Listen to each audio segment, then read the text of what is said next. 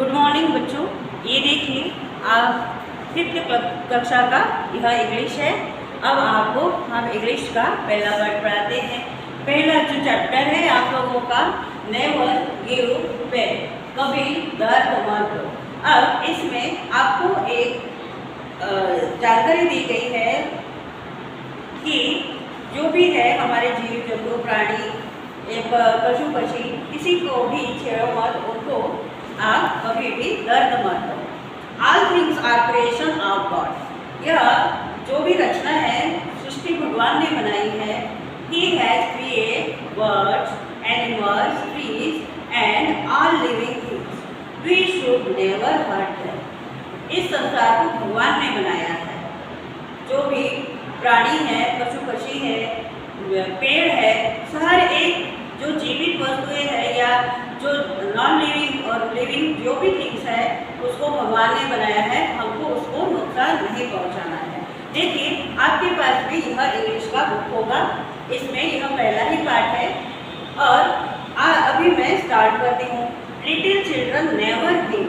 जो मैं बोलती हूँ आपको रिपीट करना है। Little children never give pain to things that feel and live. Let the gentle sparrow come for the crumbs you share at home।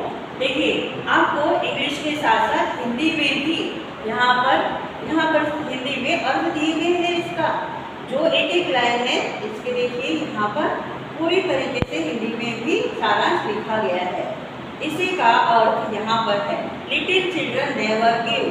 छोटे बच्चों कभी उनको दर्द मत दो। Pain to things that feel and live. जो महसूस करते और जीवित है, जिनको महसूस होता है, हमको भी महसूस होता है, पेड़ पौधों को भी, पक्षियों को भी, सबको महसूस होता है दर्द। यदि हमको कोई चिमटी भी काटे तो भी हमको दर्द होता है ना, तो पेड़ पौधों को काटते वक्त उनको भी कितना दर्द होता होगा। लेट द जेंटल स्पैरो कम। मासूम चिड़िया को आने दो। For the crumbs you save at home। उन रोटी के टुकड़ों के लिए जो तुमने घर में सुरक्षित रखे हैं। आप डालते हो ना, चिड़िया को दाना डालते हैं या उसको रोटी के टुकड़े देते हैं। हम लोग, हमारे घर पर चिड़िया आती है, लेकिन उसको आप कभी भी नुकसान मत पहुंचाओ। As these great you throw along। जैसे तुम टुकड़ों को उनके लिए फेंकते हो। He will repay you with a song। वह उसे गाने के साथ तुम्हें आभार देती है। चिड़िया आती है ना, चू चू करती है, वह गीत गाती है, यह उसका आपके लिए धन्यवाद होता है। Never hurt the faint hare. और खरगोश को कभी दुख नहीं पहुंचाना। पिपी from her green grass lair. उसे हरी घास की मान से झांकने दो। खरगोश कैसा है? हरी घास से झांकता है। एक सफेद सा नन्हा सा खरगोश यहाँ से वहाँ उछल कूद करता है। अब हमें तो बहुत अच्छे लगते हैं पशु पक्षी, लेकिन जो हमको बहुत अच्छे लगते हैं उनको अच्छे ना भी लगे, लेकिन भगवान ने यह सृष्टि बनाई है तो जीवित जो भी है, जितने भी जीवित थिंग्स है, लिविंग थिंग्स, उसको कभी भी नुकसान नहीं पहुँचाना चाहिए। Let her can come in sport and play। Let her come in sport and play on the lawn at close of day। The little birds go soaring high to the bright windows of the sky। देखिए इसमें hard words भी है, वह भी मैं आपको बता दूंगी, और यहाँ पर पीछे भी आपको लिख कर दिया गया है जितने वर्ड्स है। मैं उससे ज़्यादा और आपको लिख कर दूंगी। एक एक वर्ड का अर्थ यहाँ पर आपको समझाया गया है हिंदी में। जैसे अब यहाँ पर लिखा गया है, let her come in sport and play. उन्हें खेल और खेलने में आने दो। On the lawn at close of day. घास के मैदान पर सायंकाल में। The little birds go soaring high. नन्हे पक्षी बहुत ऊंचा उड़ते हैं। To the bright windows of the sky. आकाश की चमकीली खिड़कियों तक। आगे है, singing as if it were always spring and fluttering on an untired wing. Oh, let them sing never do this gentle creatures wrong. देखो, singing as if it were always spring, ऐसी गा रही थी जैसे वह हमेशा से बसंत था। देखो, जो बसंत का महीना होता है, जो बसंत आता है, सब जगह हरे भरे पेड़ होते हैं, फूल होते हैं, तो पक्षी चहचहाते हैं, चिड़िया चहचहाती है, गीत गाते हैं, कोयल कूदती है। ऐसे ही वह उसे लग रहा था कि बसंत है, ऐसे वह गा रही थी। And fluttering on an untired wing, और अपने पंख, बिना बंधे पंखों से वह लहरा रही है। तो let them sing their happy song, ओ उन्हें उनका खुशी वाला गीत गाने दो। Never do this gentle creatures wrong, इस मासूम पक्षियों के साथ कभी गलत मत करना। अब हमने यह पढ़ा है, यह मैं फिर से आपको दोहराती हूँ। देखिए, यह इंग्लिश में जैसे मैं बोलती हूँ आपको भी मेरे साथ रिपीट करना है। Little children never give pain to things that fill and live.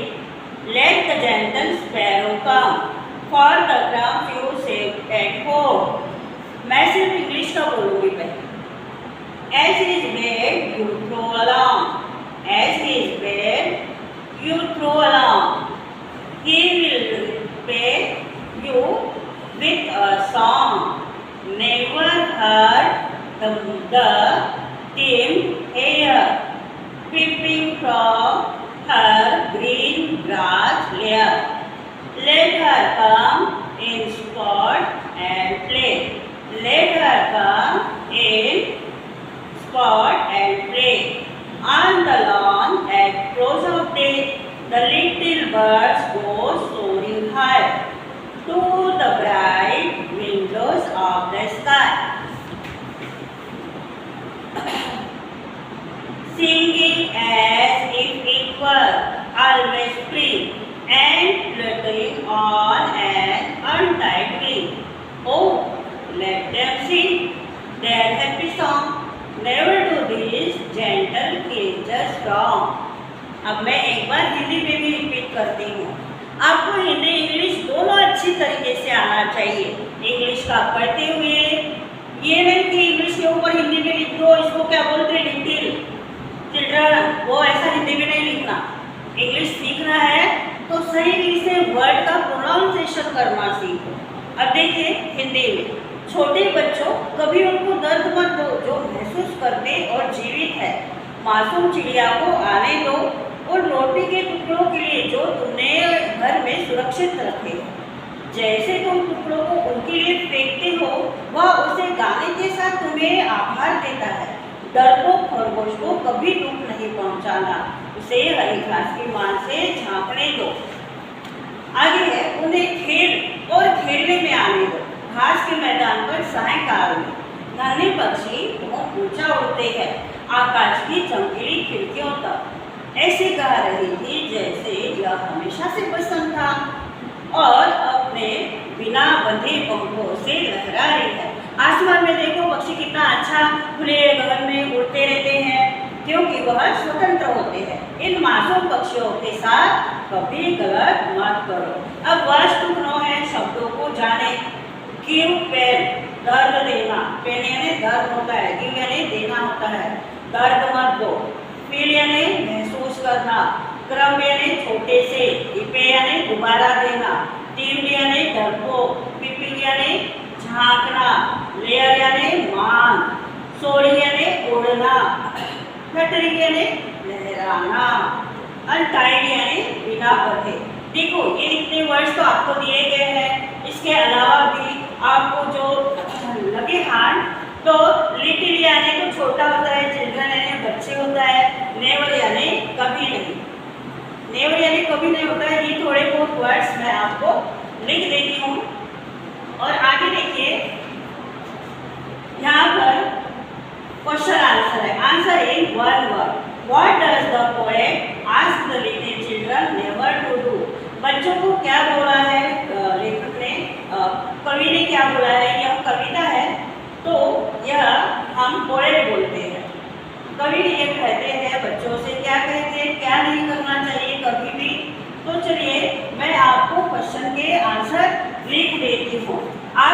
किताब में आपकी बुक में क्वेश्चन है, मैं आंसर लिख दूँ तो आप यहाँ से क्वेश्चन उतार लीजिए। 3 ही क्वेश्चन है, चलो मैं लिख देती हूँ।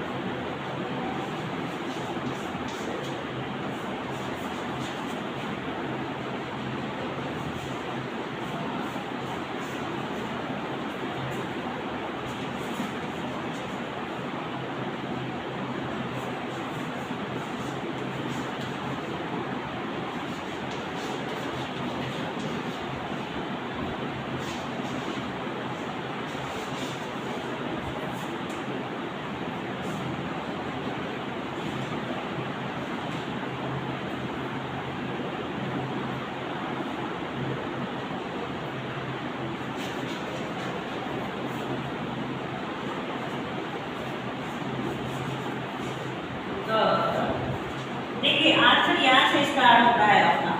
The poem asked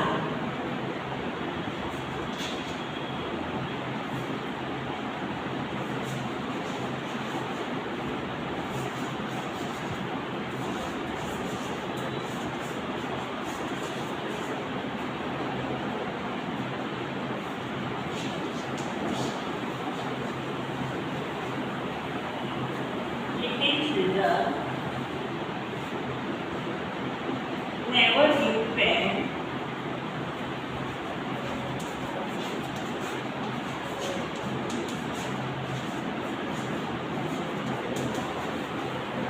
never give pen to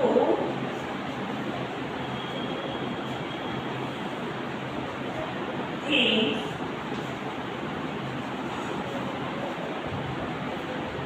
that feel and live। देखिए पहला आंसर आपका ये 2 लाइनें हैं, ये ऊपर वाली 2 लाइनें हैं ना, यह आपका पहले क्वेश्चन का आंसर है।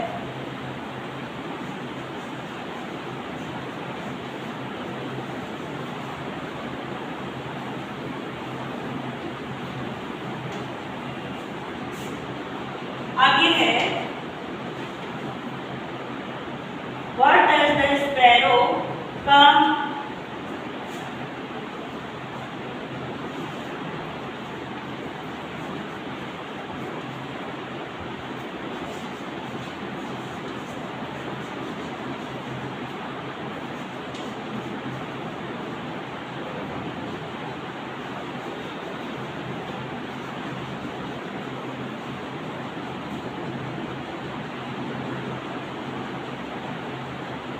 चिड़िया क्यों आती है? क्यों आती है चिड़िया? इसलिए आती है। Let the gentle sparrow come for the crumbs you share at home. देखिए इसलिए आती है, आप जो टुकड़े डालते हो रोटी के उसके लिए आती है।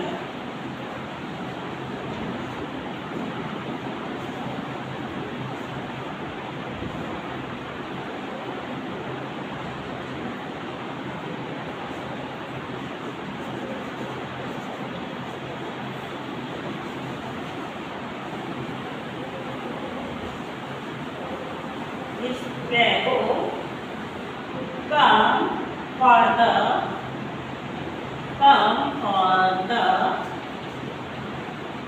the crops you save at home।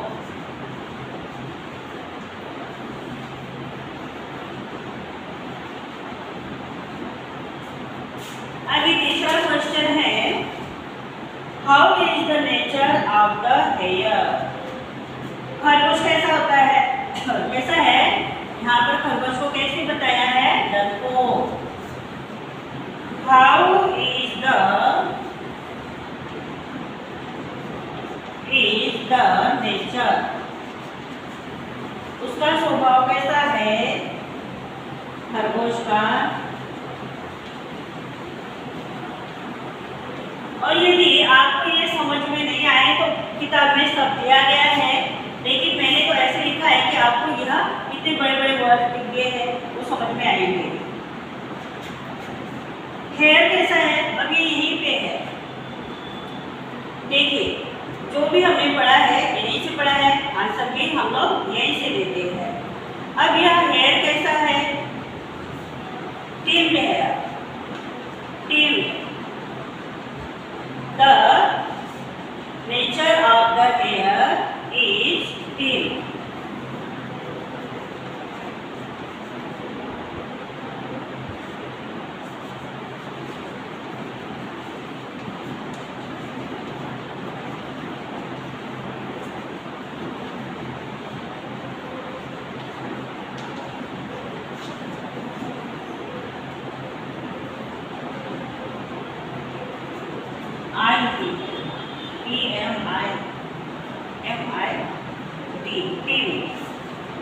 The nature of the hair is thin। कैसा है, डरपोक, डरपोक बताया गया है उसको।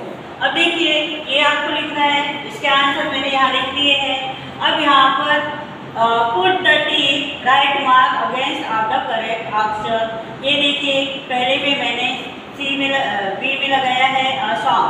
The little sparrow will replay with you a song. वह गीत गाकर आपको धन्यवाद देती है या आभार देती है। दूसरा है द डैश हेयर टिम्ड। ये देखिए अभी हमने लिखे आंसर की खरगोश कैसा है, टिम्ड, टिम्ड यानी डरपोक। The timid hare peeps from her green grass hare lair. The birds sings as if it were always spring. ये पक्षी क्या करते हैं, गाना गाते हैं, कब, बसंत में। अब देखिए सही वाक्यों के सामने सही और गलत वाक्यों के सामने गलत का चिन्ह लगाइए। यहाँ मैंने दो में ही निशान लगा के रखे हैं। ये जो तीन है ना, ये आपको यहाँ से ढूंढकर करना है। लिटिल बर्ड्स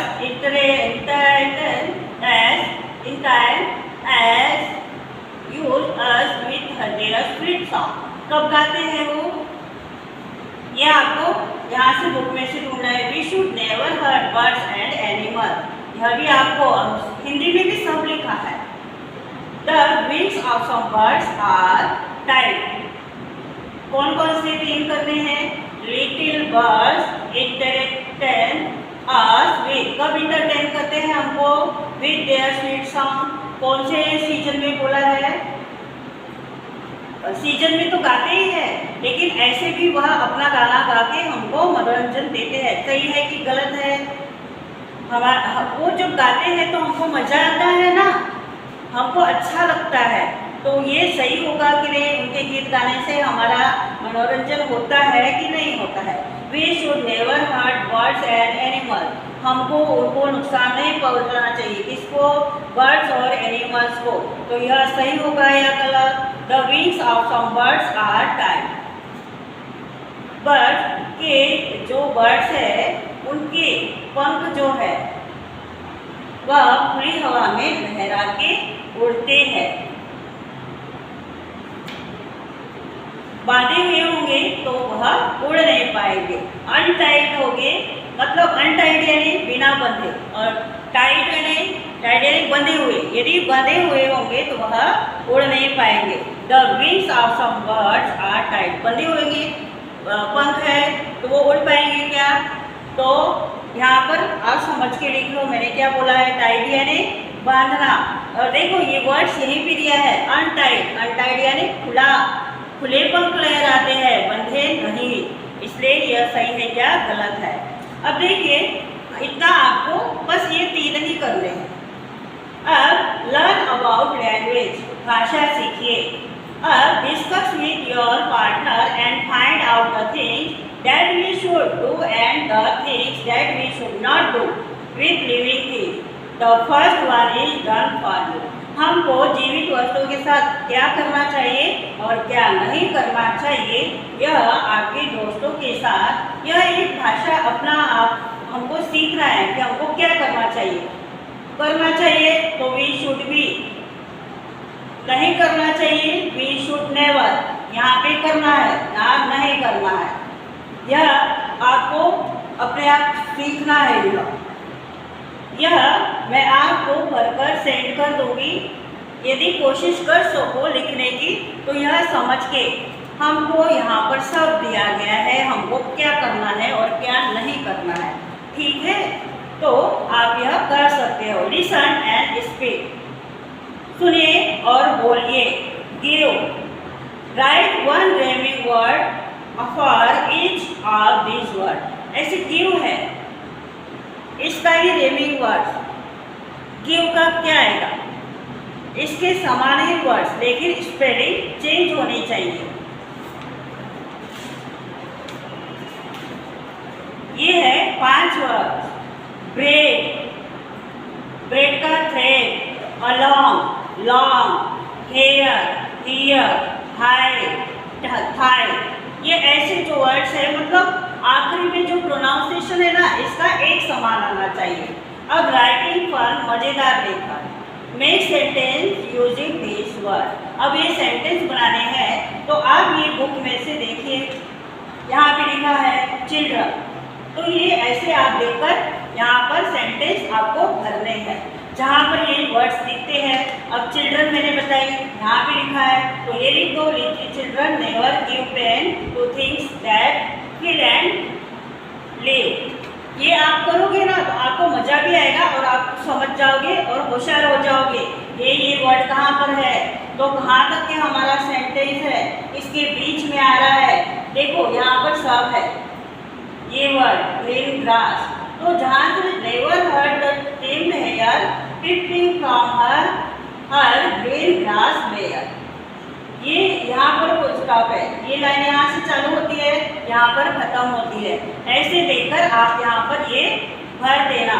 अब आगे है we are thankful to God for giving this wonderful world to us, right few notes to be thankful to him. तो भगवान ने हमारे लिए क्या क्या बनाया है, देखिए, all things are the creation of God, he has created birds.